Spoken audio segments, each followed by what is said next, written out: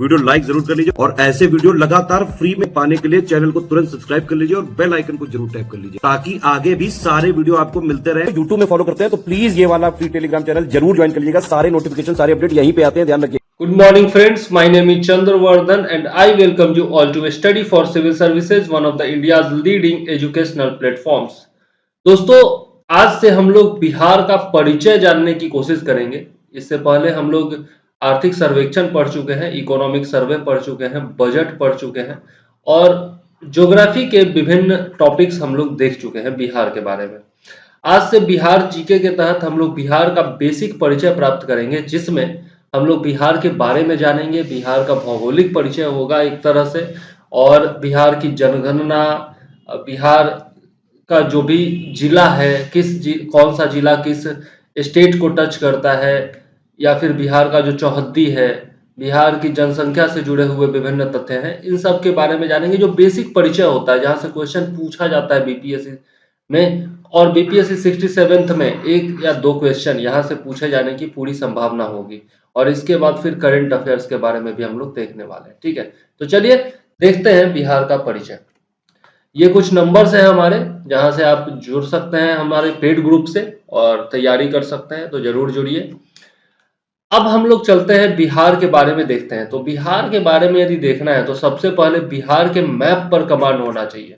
बिहार का भौगोलिक परिचय प्राप्त करना है तो कौन सा जिला किस डायरेक्शन में है ये पता होना चाहिए। कौन सा सबसे उत्तरी जिला है, कौन सा सबसे दक्षिणी जिला है, कौन सा सबसे पूर्वी जिला है, कौन सा सबसे पश्चिमी जिला है, ये सब चीजें आपको जानकारी होनी चाहिए। कौन कौन से जिले जो हैं वो उत्तर में, जैसे नेपाल है, उत्तर में बिहार के कौन है, नेपाल है। ठीक है, अगर हम लोग पश्चिम की तरफ चले तो कौन है, उत्तर प्रदेश है। इधर की तरफ चले तो पश्चिम बंगाल है, पश्चिम बंगाल है। ठीक, और दक्षिण की तरफ चले तो झारखंड है। तो ये कौन कौन से जिले हैं जो इनको टच करते हैं, ये आपको जानकारी होनी चाहिए। ठीक है, कितने जिले हैं, कौन कौन से जिले हैं। उसके बाद गंगा नदी बीचों बीच बहती है, तो गंगा नदी जो है वो किन किन जिलों से होकर के बहती है, किस जिले में सर्वाधिक लंबाई है, ये सब चीजों की जानकारी आपको जरूर होनी चाहिए। ठीक है, तो चलिए देखते हैं, यही हम लोग इस वीडियो में देखने वाले हैं। चलिए देखते हैं। सबसे पहले लैटिट्यूड और लॉन्गिट्यूड। लैटिट्यूड और लॉन्गिट्यूड की यदि हम बात करें तो यहाँ पर लैटिट्यूड देखें तो 24 डिग्री 20 मिनट 10 इंच से लेकर 27 degree 31 minute 15 inch north. Okay, और लॉन्गिट्यूड की बात करें तो 83 डिग्री 19 मिनट 50 सेकेंड से लेकर 88 डिग्री 17 डिग्री 40 सेकेंड ईस्ट, यह हमारा क्या है, ईस्टर्न लॉन्गिट्यूड है, और नॉर्दर्न जो है वो लैटिट्यूड है। ठीक है, तो आपको याद होना चाहिए। ठीक, ये हो गया। लैटिट्यूड का मतलब होता है अक्षांश, लैटिट्यूड का मतलब होता है अक्षांश, और लॉन्गिट्यूड का मतलब होता है आपका देशांतर। ये अगर हिंदी वाले लोग हैं तो आपको पता होना चाहिए अक्षांश और देशांतर। ठीक, चल रूरल एरिया देखें यदि, मतलब कि ग्रामीण क्षेत्र, अगर हम लोग ग्रामीण क्षेत्रफल की बात करें तो ये है 92,257.51 स्क्वायर किलोमीटर। ठीक है, 92,257.51 वर्ग किलोमीटर। ठीक है, स्क्वायर किलोमीटर को हिंदी में क्या कहते हैं, वर्ग किलोमीटर। अब है अर्बन एरिया। अगर हम लोग शहरी क्षेत्र की बात करें, शहरी क्षेत्रफल की बात करें तो ये कितना हो जाएगा, 1095.49 स्क्वायर किलोमीटर। ठीक, तो कितना किलोमीटर कौन सा एरिया है ये देखिएगा, आप देख सकते हैं यहाँ पर 92,257, मतलब कि ये 90% के आसपास जो है हमारा क्या है, ग्रामीण इलाका है, और बहुत ही कम क्षेत्र जो है वो शहरी क्षेत्र है। क्योंकि टोटल यदि हम लोग क्षेत्र देखें तो कितना है, 94,163 स्क्वायर किलोमीटर। और ये तो आपको निश्चित तौर पर याद होना ही चाहिए। ग्रामीण और शहरी पूछे चाहे नहीं पूछे, क्षेत्रफल अपने राज्य का आपको निश्चित पता होना चाहिए, 94,163 square kilometre. Next, height above sea level, मतलब समुद्र तल से ऊंचाई। समुद्र तल से ऊंचाई कितनी है बिहार की, तो ये है 173 फीट। बहुत ही महत्वपूर्ण आंकड़ा है, 173 फीट समुद्र तल से ऊंचाई है किसकी, बिहार की। Next, average number of rainy days, मतलब कि वर्षा के दिन कितने होते हैं, औसत वर्षा के दिन कितने होते हैं, वर्षा के दिन तो 52.5 डेज, 52.5 दिन जो है साल भर में बारिश होती है। और जनरली जो मानसून का मौसम होता है, मानसून के कारण यहाँ पर जनरली बारिश होती है। ठीक, दक्षिणी पश्चिमी मानसून। चल आगे देख लेते हैं नेक्स्ट क्या है। अब कौन से देश में स्थित है, भारत में स्थित है बिहार। फॉर्मेशन क्या है, कब हुआ, मतलब कि गठन कब हुआ, गठन कब हुआ। ठीक है, तो ये 22 मार्च 1912, 22 मार्च 1912 को बिहार का गठन हुआ। 1911 में दरअसल क्या हुआ, 1911 में दिल्ली दरबार का आयोजन किया गया था। ठीक है, दिल्ली दरबार का आयोजन हुआ था। उस समय वायसराय जो था वो कौन था, लॉर्ड हार्डिंग था, लॉर्ड हार्डिंग था। ठीक है, और वेल्स का राजकुमार आया था, इसी के उपलक्ष्य में दिल्ली दरबार का आयोजन किया गया था। 1905 में क्या हुआ था कि बंगाल का विभाजन हुआ था। ठीक है, बंगाल का, जब हम लोग बिहार का वो देखेंगे, हिस्ट्री देखेंगे, तो वहां पर मैं बताऊंगा आपको।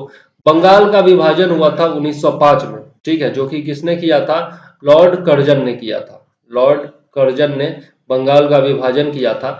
और ये जो विभाजन है 1911 में रद्द कर दिया गया। ठीक है, 1911 का जो दिल्ली दरबार हुआ था उसी में ये विभाजन रद्द कर दिया गया। और क्या हुआ कि बिहार प्लस उड़ीसा, बिहार प्लस उड़ीसा को बंगाल से अलग कर दिया गया। ठीक है, इसको जो है बंगाल से अलग कर दिया गया। ओके, और यहीं से बिहार का गठन माना जाता है।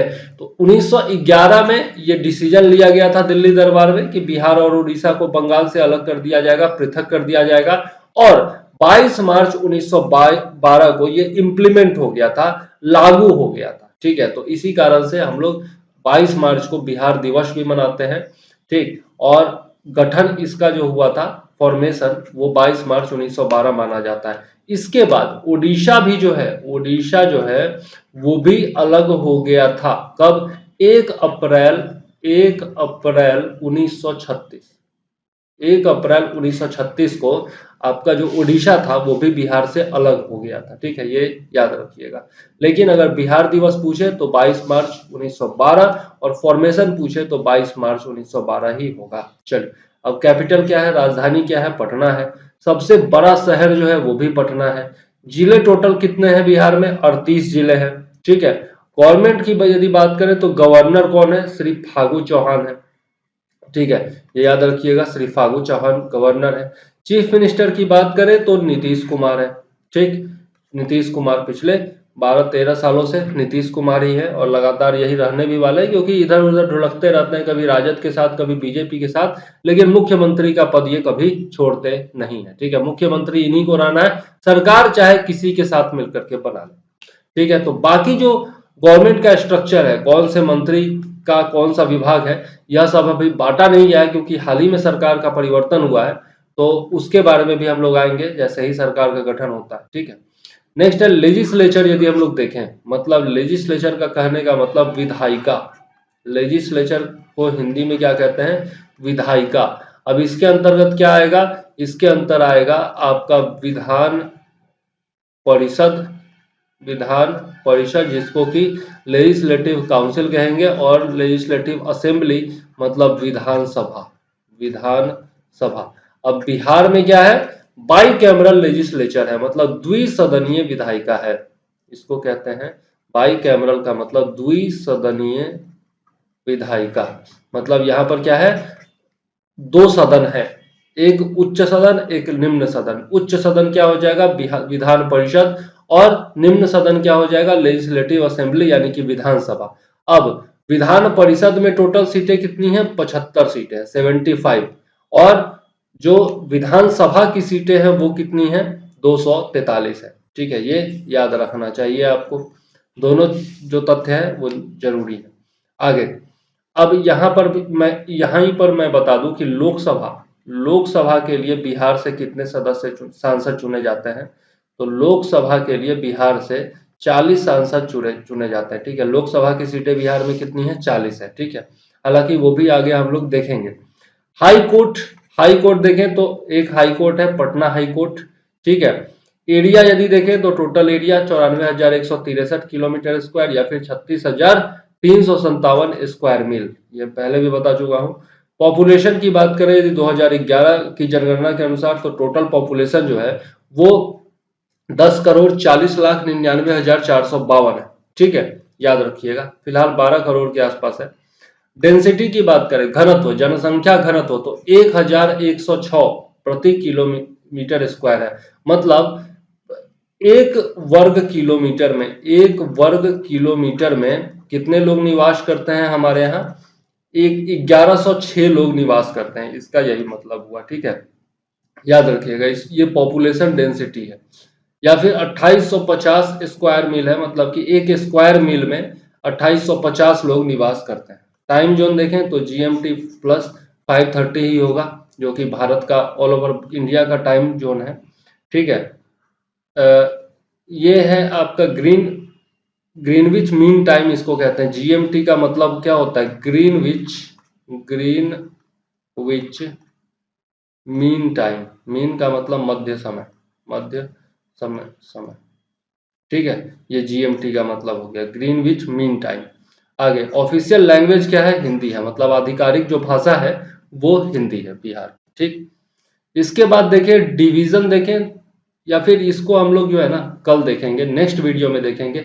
एक ही साथ सारा बता दूंगा तो फिर दिक्कत हो जाएगी पढ़ाई करने में और याद नहीं रहेगा। मेन उद्देश्य क्या है इसका? याद कराना उद्देश्य है, ताकि 67th में अगर क्वेश्चन पूछा जाए तो आप आसानी से बना सको। ठीक है, तो फिलहाल इस वीडियो में मैं हूं चंद्रवर्धन, लेता हूं आपसे इजाजत। नेक्स्ट वीडियो में फिर से मिलेंगे और बिहार के बारे में और भी बहुत सारे तथ्य जानेंगे। तो चलिए इस वीडियो में मुझे दीजिए इजाजत। जय हिंद, वंदे मातरम।